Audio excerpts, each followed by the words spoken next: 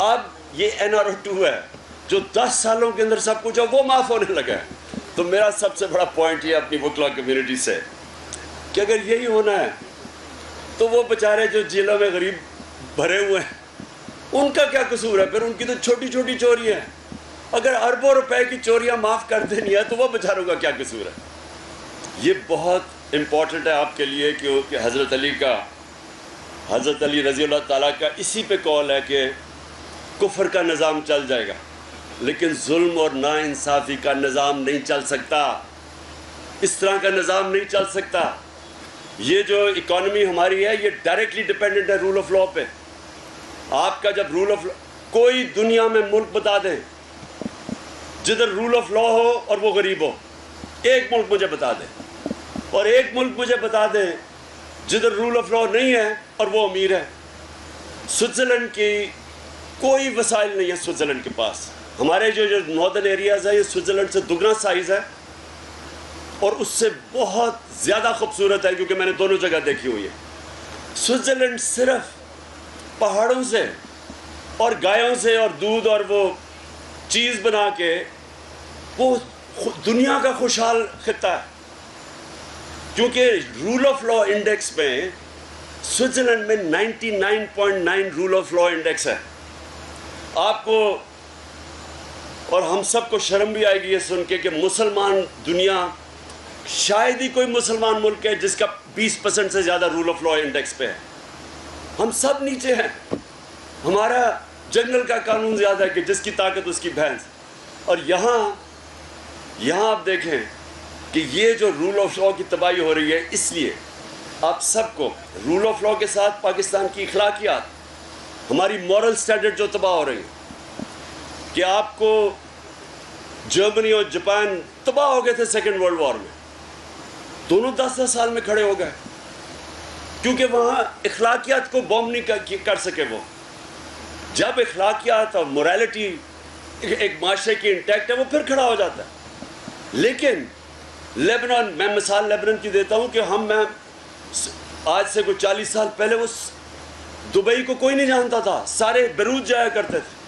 سب سے middle asset کے اندر جو جگہ جانے کی تھی خوشحال وہ لیبنان تھا. آج لیبنان ایک فیلڈ سٹیٹ بن گیا ہے. 70% لوگ غربت کی لکیر سے نیچے چلے گئے ہیں. ایک وجہ ہے کرپشن, اور کرپشن ہے سمٹمز رول آف لاء نہ ہونے کے. وہاں بھی طاقتور پیسے بنا رہے ہیں, ادھر بھی طاقتور قانون کے اوپر ہے, ادھر بھی صرف غریب لوگ جیلوں میں, غریب چور جیلوں میں جاتے ہیں.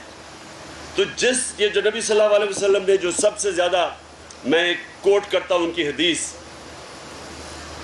کہ جو قوم طاقتور ڈاکوں کو نہیں پکڑتی اور صرف کمزور ڈاکوں کو پکڑتی ہے وہ تباہ ہو جاتی ہے.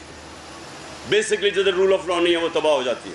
تو میں آپ سب کو آج صرف اس چیز کے اوپر لانا چاہتا ہوں کہ جو اب ہمارے ملک میں ہو رہا ہے, رول آف لاء کی دھجیاں اڑ رہی ہیں, کانسٹیٹیوشن تباہ ہو رہی ہے.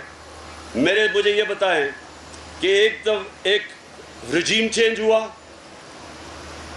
لوٹے بنے, ملک کے بڑے بڑے کرمنلز کو اوپر لا کے بٹھا دیا, اور جب ہم نے پروٹیسٹ کیا, ہماری ہمیشہ پروٹیسٹ پرامن رہی ہے.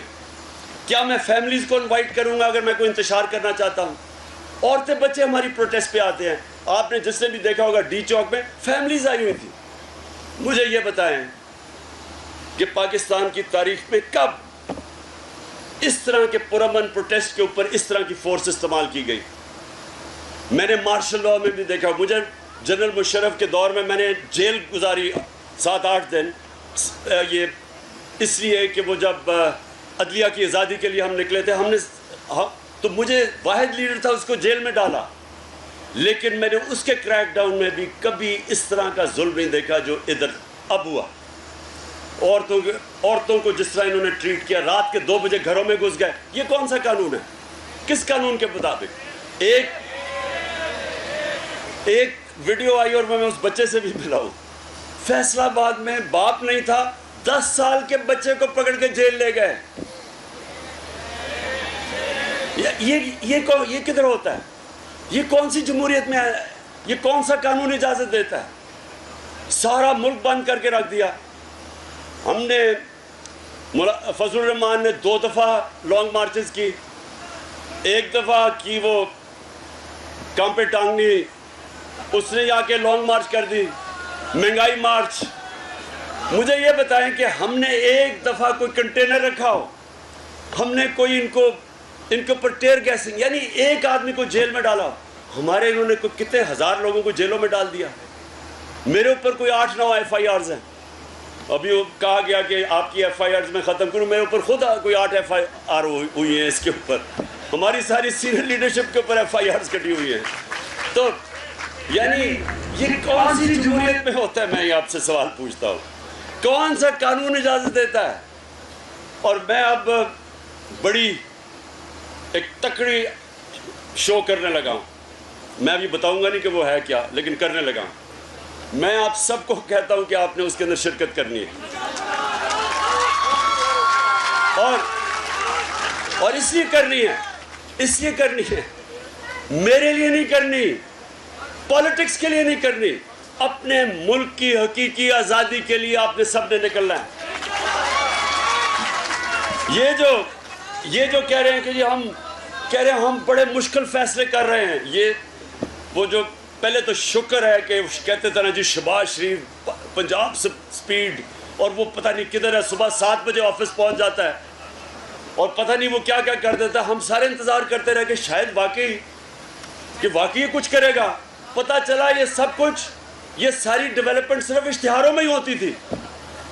50 ارب روپے کے آپ کے پیسے کے اوپر، اشتہاروں کے اوپر ڈیولپمنٹ ہوگی. اب ذرا بتائیں نا کیا ہے جو پاکستان ادھر اس وقت تیزی سے جا رہا ہے جس طرف، مجھے خوف ہے کہ یہ سری لنکا کی طرف جا رہا ہے. جس طرح وہاں معاشی کولیپس ہوا ہے، مجھے خوف ہے ہم اس طرف جا رہے ہیں، کیونکہ ان کے پاس کوئی پلان ہی نہیں ہے. مارکیٹ ان کو ٹرسٹ ہی نہیں کر رہی، باہر کے لوگوں نے ان کو پیسے نہیں دیے. جب باہر کے لوگوں کو بھی پتا چلا کہ یہ تو گورنمنٹ امپوز کی ہوئی ہے، اس کے پاس تو پبلک سپورٹ ہی نہیں ہے، انہوں نے بھی اس کو سپورٹ نہیں کیا. اگر اس وقت یہ حکومت چلتی رہی، مجھے خوف کیا؟ مجھے خوف یہ ہے کہ یہ پاکستان کو اتنا کمزور کر کے جائیں گے. جب ایک گورنمنٹ کمزور ہو جاتی ہے معاشی طور پہ، تو ہم سب کے سامنے سوویت یونین کی مثال ہے کہ سوویت یونین ملیٹریلی کمزور نہیں تھی، لیکن معاشی طور پہ اتنی کمزور ہوئی کہ وہ ٹوٹ گیا. ہمیں وہاں یہ نہ لے جائیں کہ جب پھر ہمیں بیل آؤٹ کرنے آئیں، وہ پھر جو ہمیں کنڈیشنز لگائیں گے وہ ہماری ساورنٹی، ہماری آزادی کو کمپرومائز کرے گا.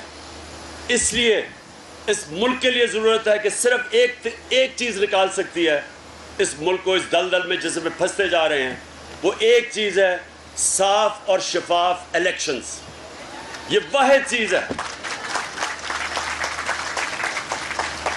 اور میں آج یہاں آپ کے اپنی معزز باشعور وکلا کمیونٹی کے سامنے کھڑے ہو کے یہ کہتا ہوں کہ آپ نے سب نے اس آزادی کی، حقیقی آزادی کی تحریک میں شرکت کرنی ہے.